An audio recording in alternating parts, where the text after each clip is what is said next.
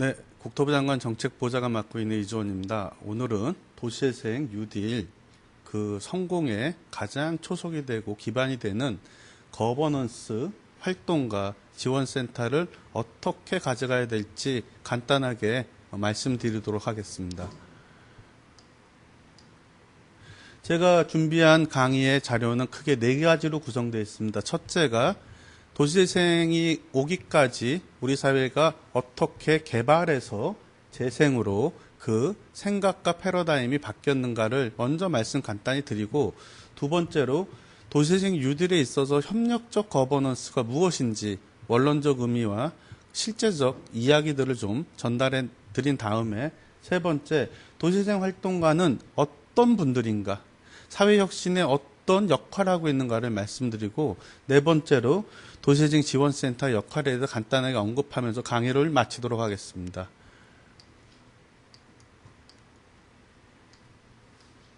그럼 우선 개발에서 재생으로 라는 주제로 첫 번째 챕터를 간단하게 말씀드리겠습니다.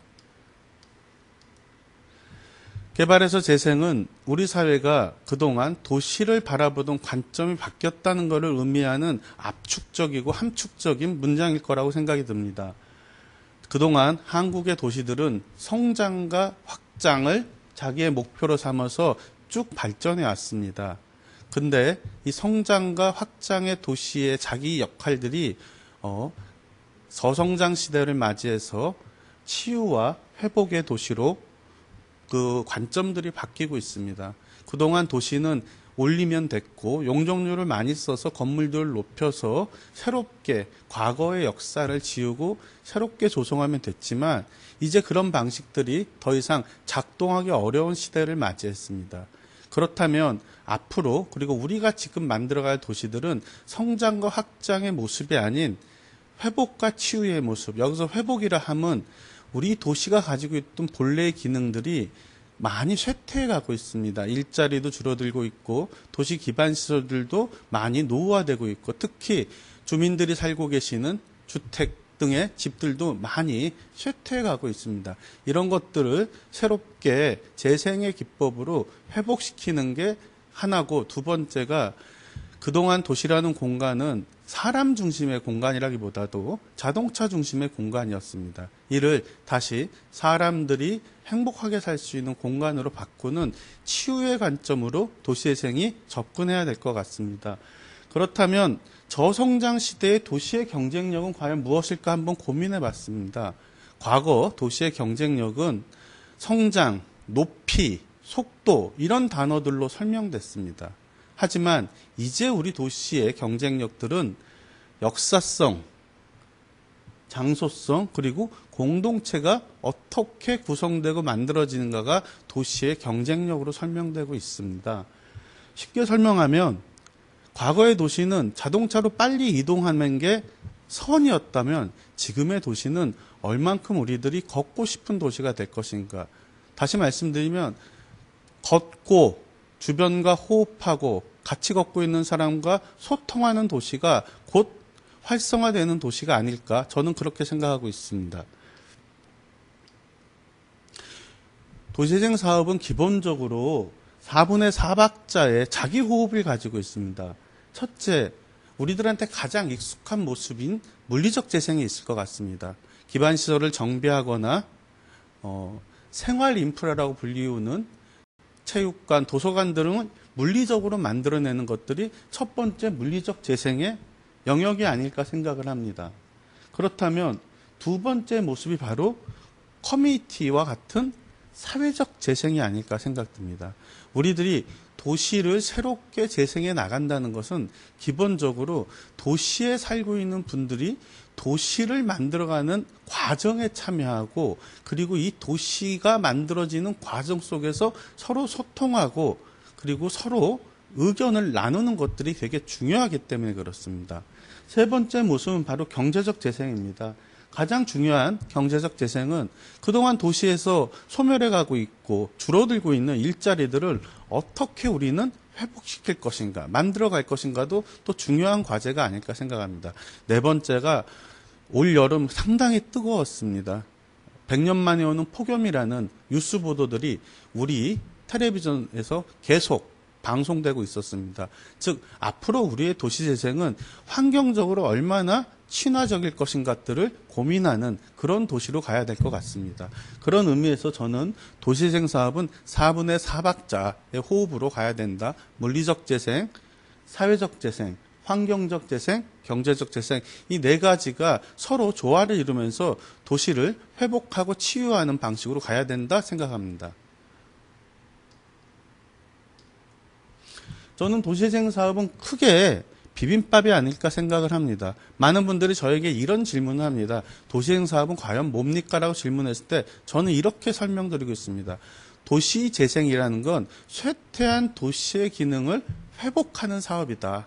쇠퇴한 도시의 기능. 그럼 도시의 기능이 과연 무엇일까요? 집이 있어야 됩니다. 사람들이 살려면. 일자리가 있어야 됩니다. 돌봄, 교육, 그 다음에 교육의 기능들도 갖춰져야 됩니다. 당연히 이동을 해야 되기 때문에 도로 등의 교통수단들도 만들어내야 됩니다. 또한 위생 문제도 상당히 중요합니다. 그리고 사람들이 사람으로서, 주민으로서, 시민으로서 행복해지려면 문화와 예술도 어울려져야 됩니다. 즉, 이런 도시의 기능들이 쇠퇴했기 때문에 이런 도시의 기능들을 융복합적으로 다시 회복시키는 게 도시재생사업인데, 그런 의미에서 도시재생사업은 이러한 쇠퇴한 도시의 기능들을 회복시키기 위한 플랫폼을 만드는 거다. 저는 이렇게 설명드리고 싶습니다. 이 플랫폼 안에 우리의 지역이, 우리의 마을이 쇠퇴한 부분이 무엇인가를 판단하고 의논하고 논의하고 결정해서 그 플랫폼 안에 쇠퇴한 기능들을 회복시키는 방법들을 담아내서 도시를 재생시키고 회복시키고 치유시키는 그런 것들이 도시재생사업이기 때문에 도시재생사업은 기본적으로 쇠퇴한 도시의 기능을 회복시키기 위한 플랫폼을 우선 구축하는 사업이다. 이렇게 저는 간단하게 설명드리도록 하겠습니다. 자, 그럼 도시재생 사업에서 가장 중요한 사람, 그리고 사람들이 모여서 도시를 어떻게 회복시킬까를 논의하고 소통하고 공론을 만드는 과정에 가장 기반에 깔리는 것이 바로 거버넌스가 아닐까 생각합니다. 그런 의미에서 이번엔 도시재생 뉴딜의 협력적 거버넌스는 어떠해야 되는지 원론적 의미와 실전적 의미를 먼저 말씀드리도록 하겠습니다. 자, 지금 협력적 거버넌스 시대라고 많이들 얘기합니다. 협력적 거버넌스에서 여러 가지 이야기들이 있습니다. 첫 번째가 공무원의 역할은 조종자의 역할을 해야 된다. 또 공무원은 촉진자의 자기 역할도 해야 된다라고 얘기합니다. 철학적 기조를 보면 참여, 시민 참여를 그 기반으로 해야 된다. 그리고 시민 참여의 기반인데 개인적 시민 참여가 아니라 커뮤니티 중심의, 즉 공동체주의가 바로 그 기반이 돼야 된다고 얘기하는 겁니다. 핵심 가치는 당연히 시민 참여 방식이기 때문에 결과 중심이 아니라 과정 중심, 핵심 가치는 과정 중심이어야 된다고 얘기를 합니다. 시민과는 주인의식을 가져야 되고 운영 원리는 협력적 거버넌스이기 때문에 협력이어야 된다고 생각합니다. 당연히 그런 차원에서 그럼 제공되는 서비스, 공공 서비스라고 그러죠. 제공된 서비스는 시민과 행정과 지역사회가 함께 만들어내는 공동생산자의 원칙에서 접근해야 된다고 얘기를 하고 있습니다. 이것이 바로 협력적 거버넌스 시대의 기본적인 구성 원리인 것 같습니다. 자, 그럼 거버넌스가 뭔지 다시 한번 들어가 보도록 하겠습니다. 거버넌스는 사회 문제 해결에 유용한 방식이라고들 얘기하고 있습니다. 자, 왜 그럴까요? 복지국가의 위기 때문에 그렇습니다.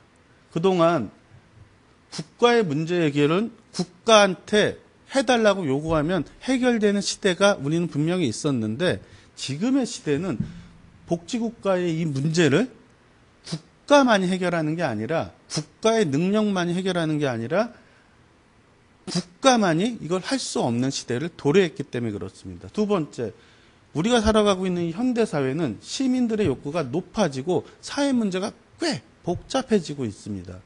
그래서 국가 주도와 시장 중심을 넘어서는 대안적 공공 확보시 시스템으로 대안적 공공성 확보 시스템으로 거버넌스가 등장한 겁니다. 그렇다면 협력적 거버넌스에서 가장 중요한 건 바로 우리 사회를 살아가고 있는 모든 구성원들의 참여가 아닐까 생각을 합니다. 자, 한국 사회도 당연히 거버넌스가 과거에도 있었고 지금도 있으며 앞으로도 거버넌스는 되게 중요한 가치가 될 것 같습니다. 그럼 한국 사회에서 거버넌스는 어떻게 변해야 하는가 한번 살펴보도록 하겠습니다. 1960년대에서 80년대 산업화 시대라고 우리는 부를 수 있습니다. 국가가 한국 사회에 중요한 과제를 주도하던 시기였습니다. 하지만 그 반대작용으로 권위주의와 획일성, 기득권과 양극화로 공공성 위기가 발생도 했던 게 바로 1960년대와 80년대가 아닌가 생각합니다. 자, 90년대와 2000년대 민주화 시대라고 부를 수 있습니다. 시민사회로 거버넌스의 주도권이 넘어가던 시기였습니다. 하지만 반작용으로 시민 없는 시민운동, 전문가주의가 주도했기 때문에 비판도 받았던 시기였습니다. 2000년대 넘어서서 새로운 거버넌스 얘기들이 나오기 시작했습니다. 시민운동의 전환과 새로운 시민운동의 등장, 즉 시민들의 직접 행동과 촛불 문화가, 촛불 시위 문화가 우리 사회를 다시 한번 변화시켰고요. 개인들의 소통과 네트워킹의 전환이 본격적으로 됐습니다. 요새 뭐 SNS를 통해서 수많은 소통과 그 다음에 그 소통들이 사회를 바꿔내는 모습들을 우리는 일상적으로 볼 수 있었습니다. 그리고 또한 지역에서, 마을에서, 동네에서 생활운동의 기반과 주민조직화가 이 거버넌스의 중심 세력으로, 주체 세력으로 또 등장하는 게 한국 사회 거버넌스의 변화상이라고 볼 수 있습니다. 하지만 거버넌스에 대해서 이렇게 원론적인 의미와 그 다음에 한국 사회 거버넌스 변화 과정이 있음에도 불구하고 많은 시민들은 여전히 거버넌스 잘 구축되고 있어? 거버넌스가 잘 되고 있어에 대한 질문에 대해서 정말 그래? 이런 답변들을 하고 있습니다. 가장 큰 이유가 무엇일까요? 사용하는 말이 행정의 언어와 시민의 언어가 다르고 일하는 방식, 행정이 일하는 방식과 주민이 일하는 방식이 다르고 행정 조직의 성격과 운영 방식이 주민 조직의 성격과 운영 방식과 다르다는 겁니다. 즉 같은 언어와 같은 일하는 방식, 그 다음에 비슷한 조직의 성격과 운영 방식이 아니라 서로 차이점을 가지고 있는 사용 언어, 일하는 방식, 조직의 성격과 운영 과정 때문에 거버넌스가 체감되지 않고 있고 거버넌스 과정에서 참 많은 갈등들이 만들어지는 것도 현실입니다. 그래서 거버넌스는 완벽을 추구하면 안 될 것 같습니다. 즉 말도 다르고 일하는 방식도 다르고 조직의 운영과 성격이 다르기 때문에 그 차별성을 이해하고 그 차이점을 인정하는 과정에서 부족하더라도 보완해가는 관점으로 거버넌스를 접근해야지 완벽하게 거버넌스를 구축해서 새로운 지역의 도시행 유들의 주민 기반, 시민 기반에 그리고 행정 기반에 무엇을 한다는 것은 쉬운 문제가 아닌 게 현실이기도 합니다.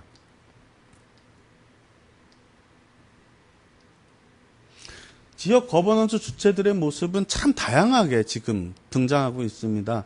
행정을 한번 보실까요? 행정은 재원과 권한이 있습니다. 다양한 부서와 기관도 있습니다. 또한 행정에 대한 주민들의 기대와 신뢰도 분명히 있습니다. 그리고 민원에 쉽게 동요하지 않는 장점도 가지고 있습니다.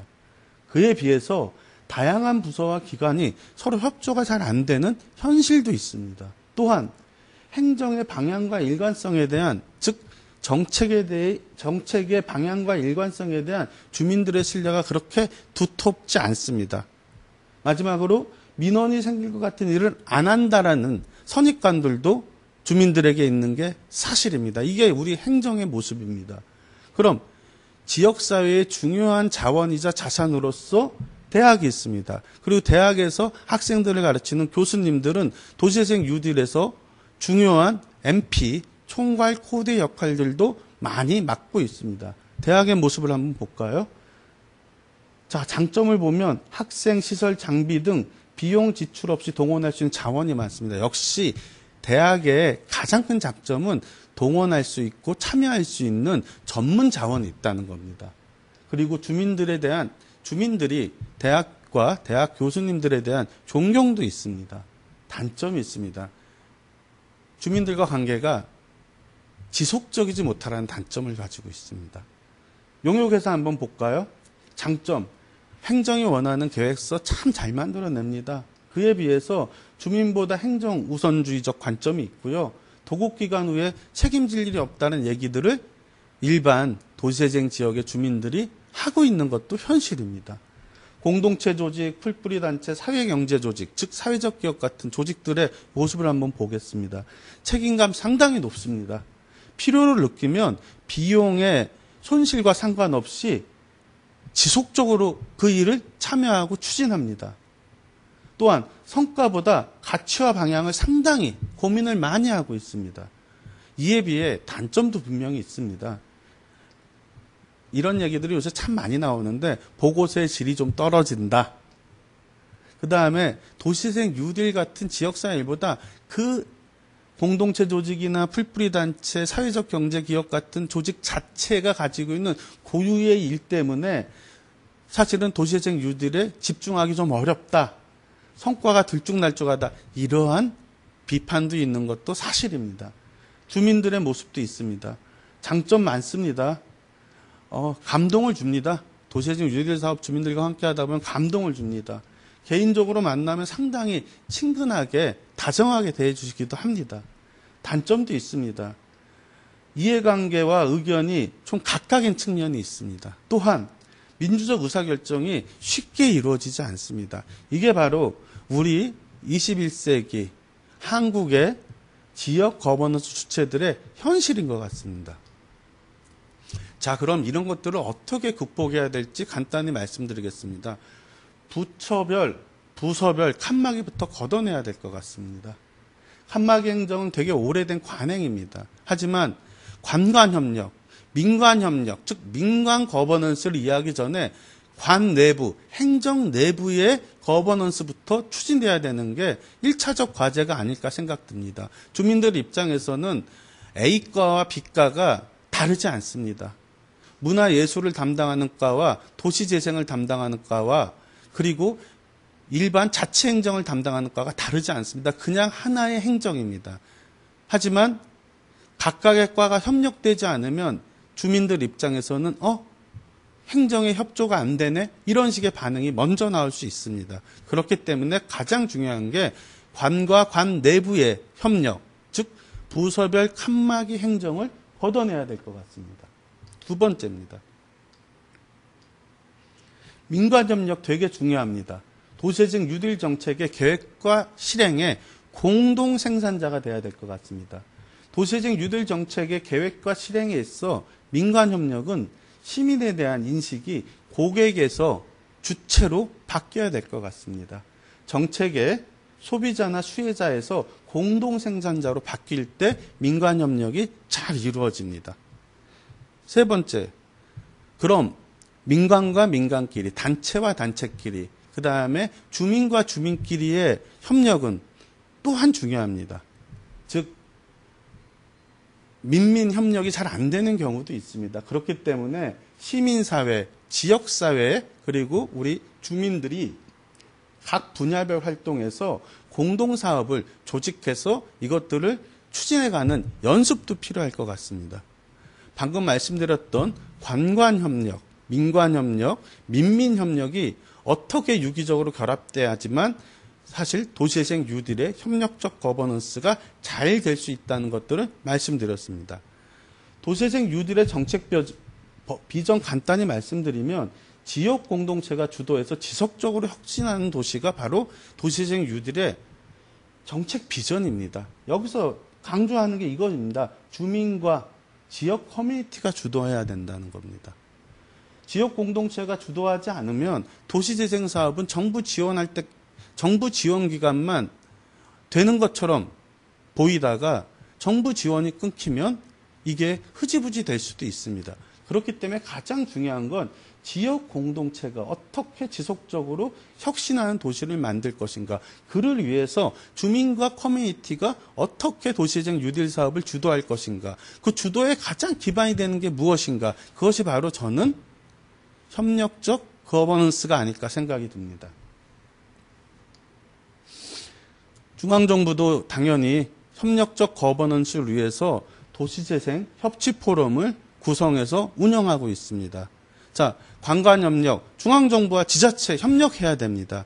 그래서 지난 여름 전주에서 전국 지방자치단체 장들과 국토부, 그 다음에 다양한 도시재생 뉴딜 지원기관들이 함께 협력적 도시재생 어떻게 할 것인가, 도시는 사람을 담는 그릇이라는 주제로 협력적 도시재생을 위한 협치 포럼을 한번 했습니다. 그리고 앞으로 이거는 전국을 돌면서 지속적으로 이 주제들을 확산, 정착, 심화시키기 위해서 노력할 것입니다.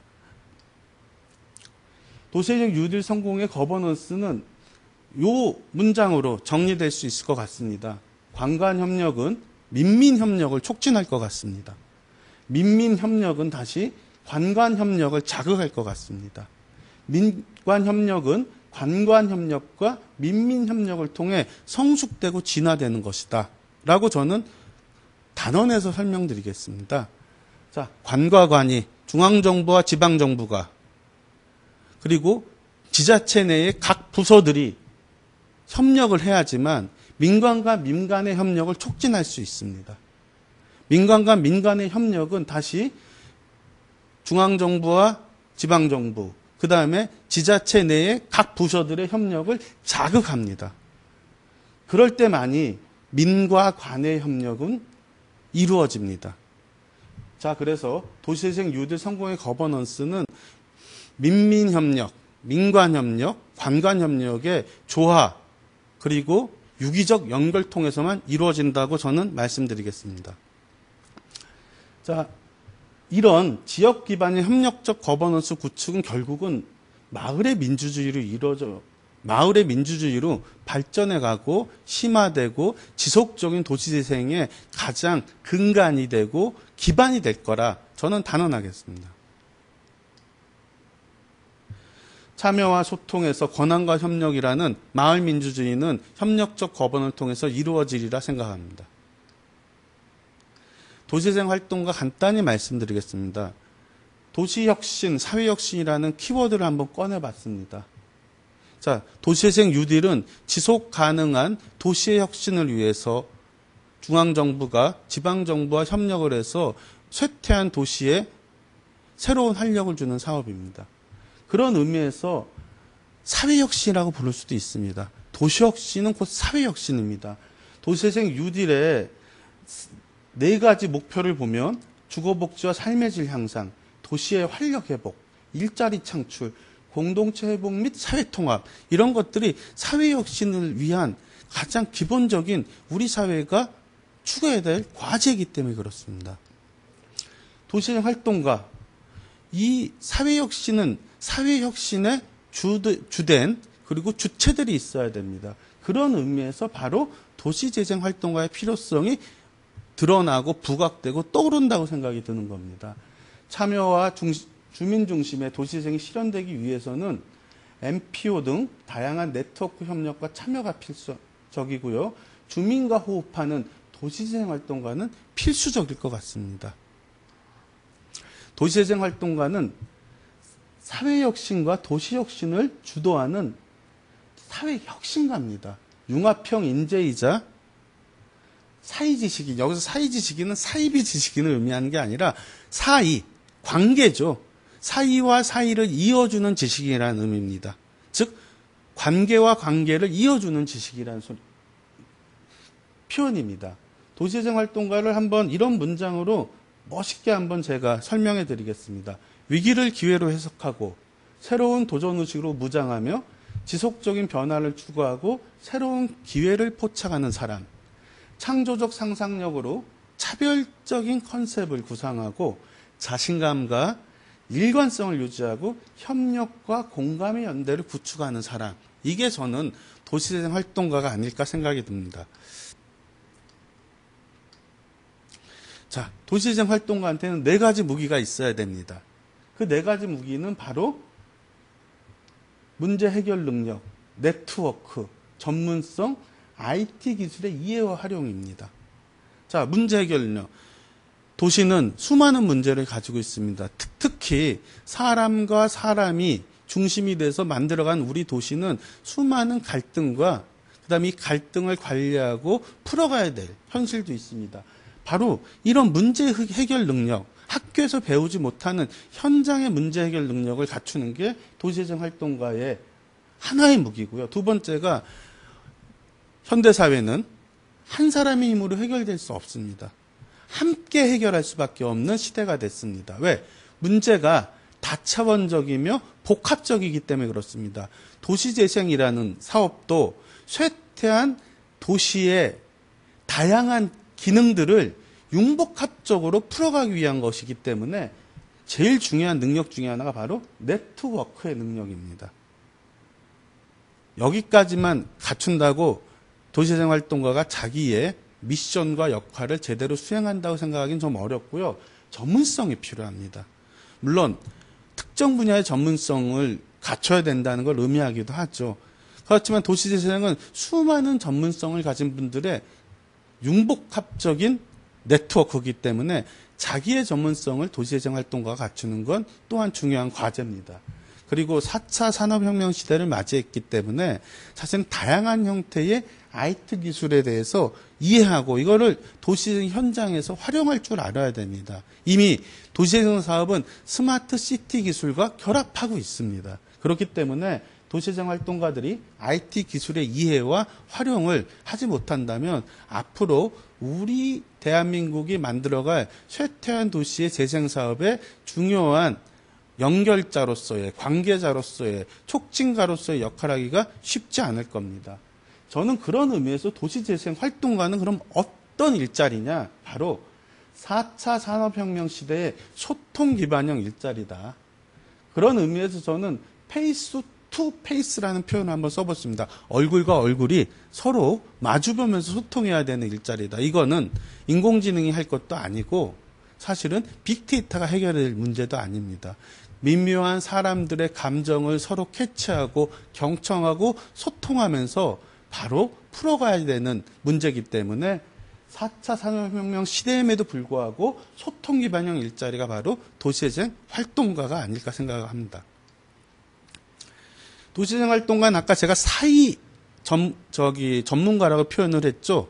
사이와 사이, 관계와 관계를 이어내는 전문가라는 표현을 했습니다. 이걸 다시 한번 풀어서 말씀드리면 주민과 호흡하고 현장성을 갖는 재생 활동가입니다.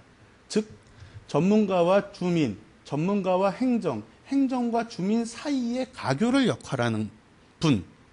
마을 활동가는 개인이 될 수도 있고 지원 조직이 될 수도 있습니다. 또한 신분훈꾼이나 직원이 아니라는 거죠. 즉 연결하는 사람이라는 거죠. 저는 도시재생 활동가는 어떤 실무하는 사람이 아니라 연결하는 사람이다. 연결하는 그 자리에서 도시재생 활동가는 자기의 역할과 활동이 가장 빛날 수 있다. 이렇게 설명드리겠습니다. 아까 제가 4차 산업혁명 시대의 소통 기반형 일자리라는 표현을 썼죠. 도시재생 활동가는 이런 4가지 역할을 하기 때문에 그렇습니다.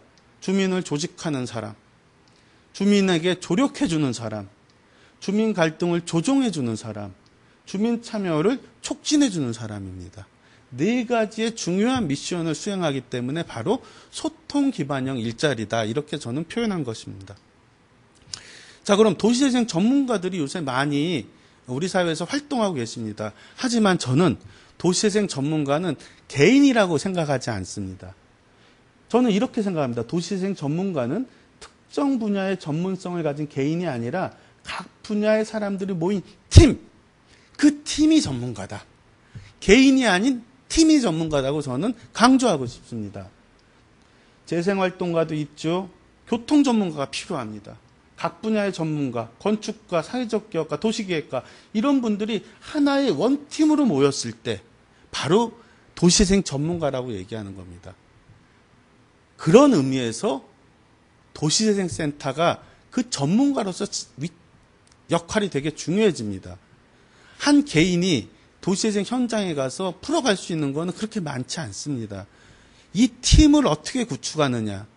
이 팀 구축을 위해서 국토교통부는 현장 지원센터 및 지자체 지원센터를 설치 운영하도록 권고하고 있습니다. 도시재생 지원센터 현황 간단히 말씀드리면 전국에 80여 개가 넘는 센터들이 설치 운영되고 있습니다. 센터 유형을 보면 광역자치단체에 설치된 센터, 기초자치단체에 설치된 센터, 또한 도시재생 뉴딜 사업 대상 제한에 설치된 지원센터 3가지 유형으로 지금 설치 운영되고 있습니다. 운영 방식도 다양합니다. 공공이, 행정이 직영하는 방식이 있고 재단을 설립해서 운영하는 방식이 있고 공공위탁, 민간위탁 여러 가지 방식으로 운영되고 있습니다. 도시재생 지원센터, 저는 도시재생 지원센터가 바로 아까 얘기 드렸던 도시재생 전문가로서의 원팀이라고 생각하고 있습니다. 그런 의미에서 보면 도시재생 지원센터 역할과 방향은 2가지인 것 같습니다. 역할은 아까 말씀드렸죠. 도시재생 활동가의 역할이 조직적으로 확장된 것, 즉 네트워킹입니다. 네트워킹. 2번째가 방향, 지속 가능성, 도시재생 뉴딜 사업의 지속 가능성들을 확보해주는 역할입니다. 그렇기 때문에 국토교통부는 도시재생 지원센터가 도시재생 뉴딜 사업의 원활한 추진과 성공을 위한 네트워킹을 잘할 수 있도록 지원하는 건 물론이고 지속 가능성을 확보할 수 있도록 지원도 끊임없이 할 계획입니다. 도시재생 지원센터는 제가 아까 원팀이라고 말씀드리지 않았습니까? 도시재생 전문가로서의 원팀이기 때문에 플랫폼 역할을 당연히 할 겁니다. 주거복지센터, 창업지원센터 등과 연계하여 다양한 주민 서비스를 통합해서 전달 제공하는 역할을 할 것이고요. 그 다음에 사회적경제지원센터, 창업지원센터, 돌봄자활지원센터, 주거복지센터 등과 공간적 결합도 할 수 있고요. 운영상의 결합도 할 수 있고요. 수원시, 시흥시 등 여러 지자체에서 이렇게 통합해서 운영하는 모델들도 지금 시도하고 있고 이미 추진하고 있는 곳들이 많습니다.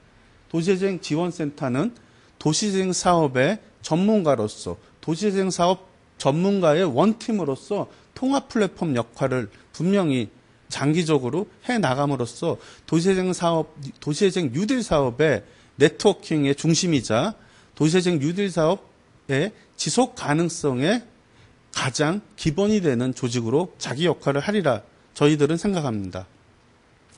물론 현행 도시재생 지원센터의 문제점도 있고 이를 개선해야 될 과제가 있는데 이것들은 시간을 두고 현장의 목소리들을 반영해서 중앙정부인 국토교통부가 하나하나 풀어가도록 하겠습니다.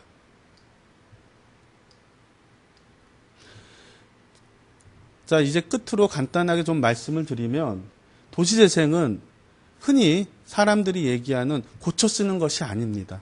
고쳐 쓰는 것을 넘어서 도시에 내가 살고 있고 내 가족이 살고 있으며 우리 이웃들이 함께 살아가고 있는 우리 마을, 우리 지역사회, 우리의 도시의 새로운 비전을 만들어가는 창조적인 작업이다. 이렇게 이해해 주시면 감사하겠습니다. 도시재생 뉴딜 사업의 성공을 위해서 협력적 거버넌스의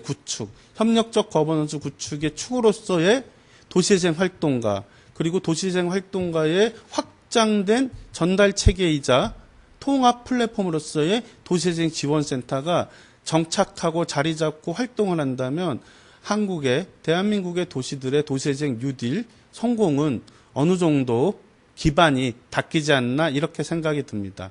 이상으로 도시재생 뉴딜 사업의 협력적 거버넌스에 대해서 간단하게 강의 드렸습니다. 이상 마치겠습니다.